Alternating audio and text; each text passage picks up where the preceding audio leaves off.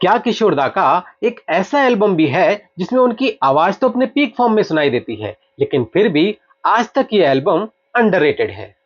दरअसल इस फिल्म के असफल होने के बाद फिल्म के प्रोड्यूसर कर्ज में डूब गए थे और शायद इसी के चलते इस फिल्म के संगीत पर ज्यादा चर्चा नहीं हुई।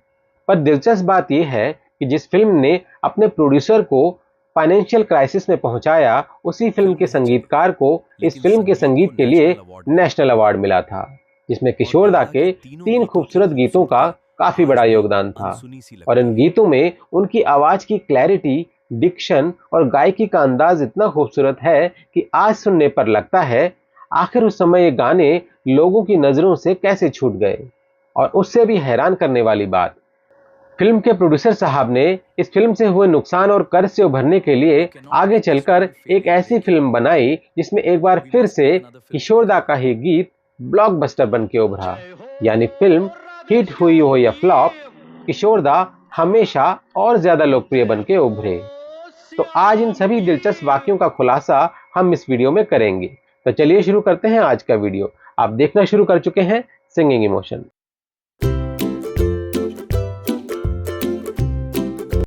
दोस्तों, साल 1972 में आई फिल्म जिंदगी जिंदगी में सुनील दत्त, वहीदा रहमान, अशोक कुमार, फरीदा जलाल और देव मुखर्जी जैसे कलाकार थे। कहानी एक गांव के हॉस्पिटल के इर्द गिर्द घूमती है, जहां इंसानी रिश्तों के साथ साथ जातिगत भेदभाव जैसे गंभीर सामाजिक मुद्दे को भी उठाया गया था। लेकिन फिल्म बॉक्स ऑफिस पर बुरी तरह असफल रही और शायद फिल्म की इसी असफलता के कारण इसका शानदार संगीत भी उस समय लोगों के बीच ज्यादा नहीं पहुंच पाया, जबकि संगीत दिया था एस डी बर्मन ने और लिरिक्स लिखे थे आनंद बख्शी साहब ने। और हैरानी देखिए, इसी संगीत के लिए दादा बर्मन को उनका दूसरा नेशनल अवार्ड मिला। अब आते हैं किशोरदा पर। इस एल्बम में उनके 3 गीत हैं। इन गीतों को ध्यान से सुनिए। किशोरदा की आवाज कितनी क्लियर, कितनी खुली हुई है। रहो साथियों, तुम्हें छोड़ के हम चले, तूने हमें क्या दिया रे जिंदगी। हर शब्द बिल्कुल साफ सुनाई देता है और गायकी का अंदाज भी उनके कई लोकप्रिय गीतों से थोड़ा अलग महसूस होता है। खासकर तूने हमें क्या दिया रे जिंदगी में उनकी आवाज का दर्द और सहजता कमाल की है। ऐसा लगता है जैसे किशोरदा सिर्फ गीत नहीं गा रहे, बल्कि किरदार की जिंदगी का दर्द अपनी आवाज में जी रहे हैं। हमने मांगी तो मिली ना मौत, तूने हमें क्या दिया रे। ऐसा लगता है जैसे एक गीत दादा बर्मन की आवाज के लिए बना था, लेकिन किशोरदा ने भी इस गीत में कोई कसर नहीं छोड़ी और इस गीत को बेहद खूबसूरती से अपने अंदाज में गाया। और फिर आता है गीत तेरी जात क्या है।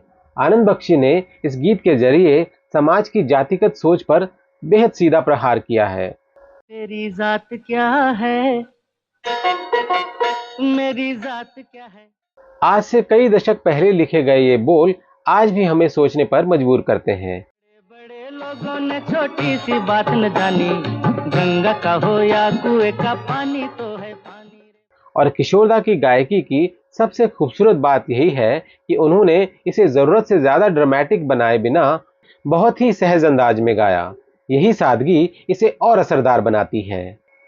खुश रहो साथियों, इस गीत में किशोरदा के साथ लता दी हैं और दोनों की जुगलबंदी इस गीत को और भी ज्यादा खास और खूबसूरत बनाती है। खुश रहो साथियों, तुम्हें छोड़ के हम चले, हमें छोड़ के हम चले। और बाकी साउंड ट्रैक में एस डी बर्मन और मन्ना डे की आवाजें भी हैं। यानी पूरा एल्बम वैरायटी से भरा हुआ था। पल क्या है समय के, मेरा सब कुछ मेरे गीत रे। लेकिन उस समय शायद ये संगीत कॉमर्शियल ऑडियंस के टेस्ट से थोड़ा अलग था।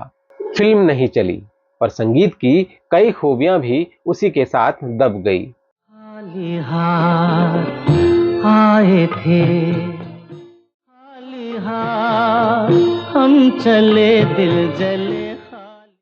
अब वापस आते हैं प्रोड्यूसर नरीमन ईरानी की कहानी पर।